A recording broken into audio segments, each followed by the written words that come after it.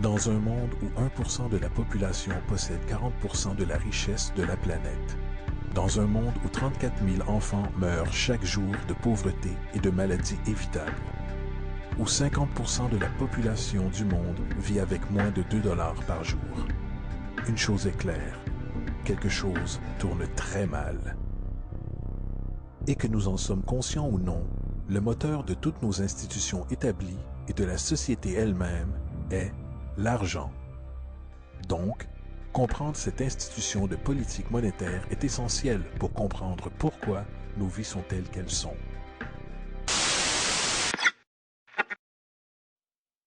Imaginons un immense marché où s'achète et se vend tout ce qui est produit dans le monde.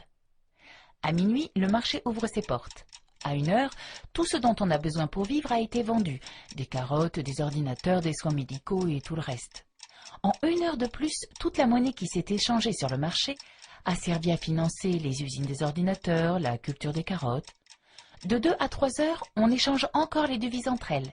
Des euros contre des dollars et des dollars contre des yuans. À 3 heures, presque tout le monde a terminé les échanges liés à l'économie réelle. Seuls quelques traders restent là. Et tout le reste de la journée, ils achètent des produits en pariant que leur prix va monter et qu'ils pourront les revendre plus cher. On appelle ça la spéculation. Et quand les prix des produits agricoles importés grimpent sur les marchés internationaux, ce sont autant de millions de paysans et de consommateurs pauvres qui ne peuvent manger à leur faim.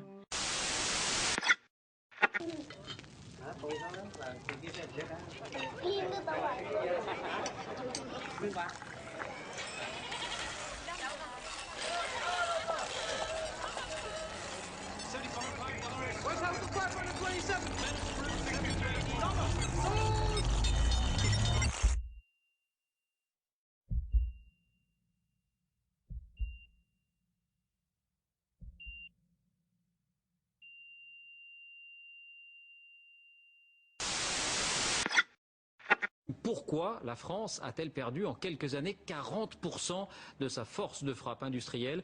Eh bien, il faut se souvenir que cette évolution a été, sinon souhaitée, du moins acceptée pendant très longtemps. L'industrie française a perdu près de 100 000 salariés en 3 ans. Alors, la France va-t-elle devenir un pays sans usine? Puisqu'on parle d'entreprise, ce coup de massue pour 103 des 140 employés d'un équipementier automobile. Leur poste a été supprimé. Et s'ils veulent garder leur emploi, eh bien, ils doivent partir en Pologne. Des ingénieurs, pour la plupart, qui ne comprennent pas la décision du groupe américain, d'autant que le site alsacien est rentable. Un reclassement à poste égal à Cracovie, mais un salaire divisé par plus de la moitié. Les 2 derniers hauts fourneaux d'ArcelorMittal, rescapés de 20 ans de désindustrialisation en Lorraine.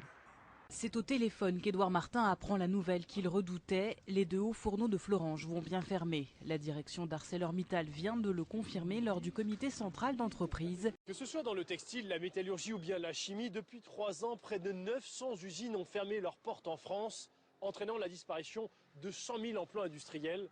Une des zones les plus touchées, c'est ici même.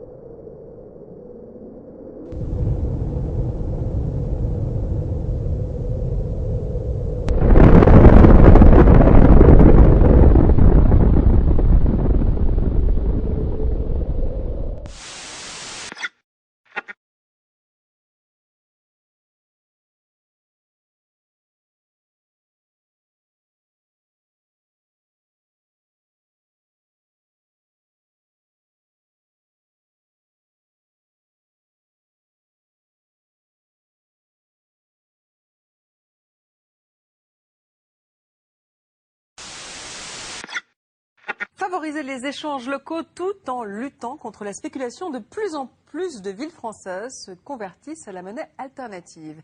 Elle a le même statut que les titres restaurants, porte de jolis noms et se veut éthique. Des étranges billets colorés sur les comptoirs. À Saint-Dié-des-Vosges, l'euro a maintenant un concurrent, le déodat. À Toulouse, on n'utilise pas que des euros. Depuis quelques jours a été mis en place une monnaie alternative. Elle s'appelle le sol violette.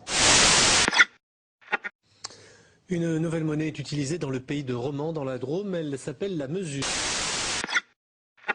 Et ici à Grenoble, on a par exemple créé une nouvelle monnaie qui n'a cours que dans la région. Ici, on se prépare à accueillir la pêche, première monnaie de la région parisienne. En France, pas moins de 17 villes ont adopté leur propre monnaie. Une vingtaine d'autres sont en cours de lancement. Vous allez convertir vos euros en monnaie locale et que vous payez avec 20 pêches chez votre commerçant, vous avez l'assurance que ces 20 pêches que vous lui donnez, il ne va pas les mettre à la banque et ça ne peut pas partir dans les paradis fiscaux, ça ne peut pas partir dans la finance spéculative, ça ne peut pas partir en Chine. Les questions que nous nous sommes posées, c'est où va notre argent? Quand nous faisons nos courses, où vont ces euros? Et nous nous sommes rendus compte qu'en fin de course, ces euros repartaient à l'extérieur de la communauté et finalement ne servaient pas à faire vivre la communauté alors que c'est elle qui produit des euros par son travail. Donc nous nous sommes dit, il y a quelque chose qui ne va pas là. Il faudrait que ces euros restent localement pour faire vivre toute cette communauté dont nous faisons partie. Ensuite, nous avons vu que ça allait servir à redynamiser le commerce local de proximité, donc limiter les transports, réduire l'empreinte écologique. Donc vous voyez, il y a quand même plusieurs, on va dire, points qui nous ont amenés à avoir le désir de créer cette monnaie, qui est une monnaie éthique. On n'est pas sur la défiance, on est sur la construction. Donc vouloir se réapproprier cet usage, en tout cas une partie, puisqu'on est encore une fois dans une monnaie complémentaire, et on ne déclare la guerre à personne, on déclare simplement qu'on peut aussi nous s'occuper de nos affaires localement. Et plus question de spéculation, reprendre le cordon de la bourse, se réapproprier sa monnaie, favoriser le commerce local, la mesure est décidément bien plus qu'un simple bout de papier. C'est du vrai argent et on revient en fin de compte à l'éthique de départ où l'argent est effectivement un moyen d'échange, d'accord, de choix et d'échange. Cela permet effectivement d'avoir une monnaie qui tourne, qui est non capitalisable aujourd'hui et aussi qui est une monnaie orientée vers une consommation responsable, éthique, respectant l'environnement, les personnes dans leur entreprise ou sur les territoires où ils vivent. Les consommateurs reçoivent le catalogue des entreprises, avec noté dessus les comptoirs d'échange, les endroits où ils peuvent aller transformer leurs euros en abeilles. Les entreprises, elles, doivent signer une convention que nous avons mis au point, respecter la charte, les critères d'éligibilité, voilà, et donc doivent s'engager à accepter les abeilles avec lesquels les consommateurs vont payer leurs achats, les services, etc. En fait, les freins sont énormes parce qu'ils sont surtout dans nos têtes. Les freins, c'est dans notre tête que nous devons... Là, il y a un gros travail à faire pour changer le rapport que nous avons à la monnaie, l'utilisation que nous en faisons. Je crois qu'il faut redonner un sens à la monnaie, se dire que cette monnaie doit être utilisée finalement, qui est le produit du travail de tous, mais être utilisée pour l'économie vraiment réelle et pas la spéculation, puisque vous le savez sans doute, il n'y a que 5%, même pas, de l'argent qui circule sur la planète qui est consacré à l'économie réelle. Donc on peut se dire que début du XXe siècle, on a vraiment tout raté.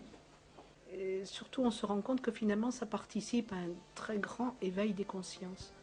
Voilà, c'est surtout ce rôle qui nous intéresse, nous, d'amener les gens, quels qu'ils soient, à se poser la question par rapport à la monnaie, ce que devrait être réellement la monnaie, le rôle qu'elle devrait jouer et qu'elle ne joue pas, et ce que eux, ils peuvent faire. Donc cette monnaie peut-être retrouve son rôle. On a chacun quelque chose que l'on peut faire. Sauter la banque, dynamiter la salle du coffre-fort, à coups de riffs, de guitare et de métaphores, à l'assaut de leur grande forteresse, sur un air d'accordéon sur fond de grosse caisse. Si on y croit, c'est parce qu'on est fou, dans un monde plié, rangé au garde à vous. Foutre en l'air l'ordre établi, l'air de rien, une autre humanité pour un autre demain. Ouvrez grand les portes, les cœurs et les fenêtres, les saltimbanques débarquent en chantant à tue-tête. Que par tes oreilles on balance le son, il était une fois notre évolution.